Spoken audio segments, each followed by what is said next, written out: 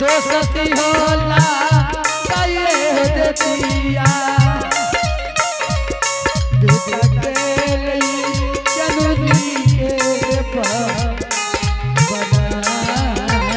आगे जोगिया रखिया गे माता जी दोस्ती ने लगे करिए दोस्ती ने लग बेचारा नहीं करिए गे दुनिया के साना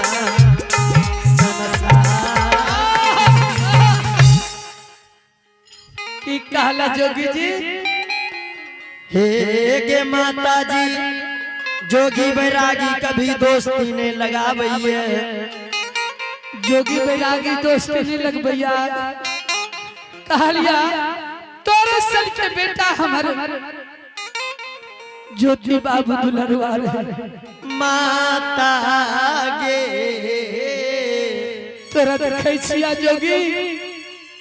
हमरा बुझा पड़े छै कि तू हमर बेटा छै तोरे सन के एनमिन हमर बेटा छै एक गाय के पुत्र और माँ के पुत्र माता जी दुनिया में अनेक किए आई धर्मराज बाबा आई जय हो बेटा के कंचन काया तोड़ के कोरिया कुछ निर्माण किया बिना अंजल नारी के 12 बरस वनवास लिख बेटा दुनिया संसार अच्छे कि मेरी कोनो कारण हे गे माता जी माता गे हाँ जोगी जी हमें जब आवे रहिए ने हाँ एक नाव पर जब पार है रहिए बीचे नदी में जोगी और ज्योति नाम के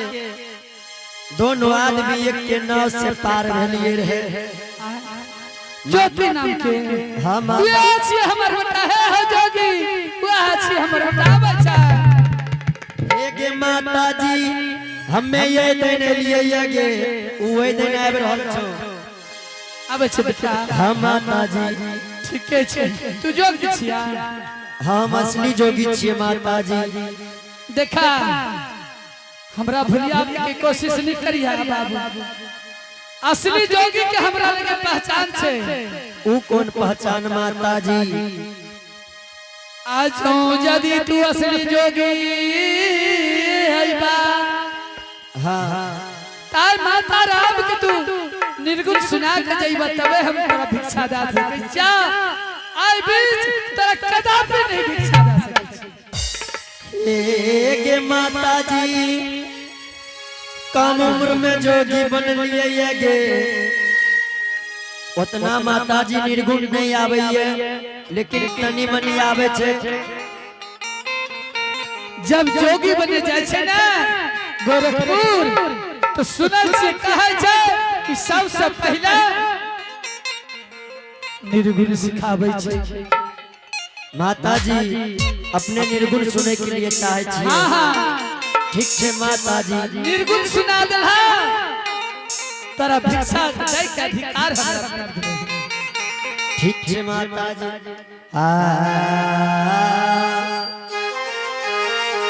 अलाख निरंजन गुरु गोरखनाथ की जय हो अरे काठी ले जे धरती है माता हकाठी ले यसमा हकाठी ले जे गंगा बहैये हकाठी ले हो भगवान बोलो भैया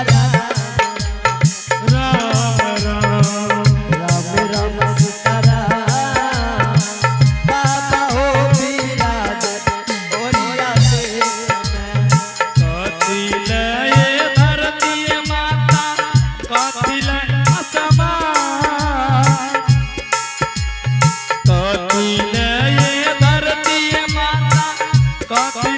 आसमान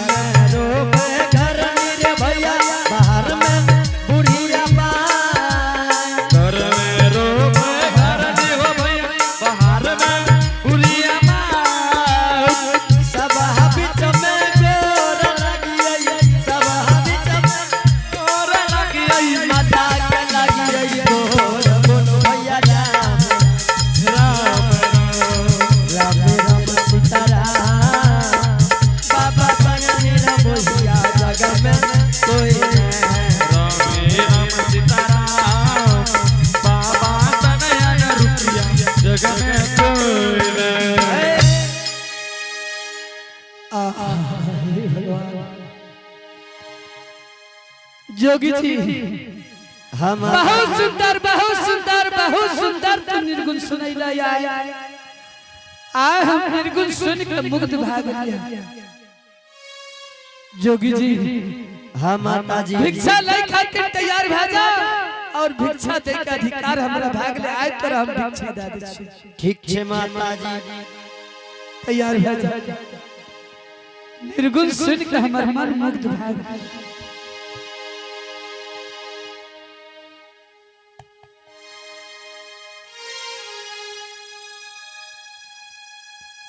होले होले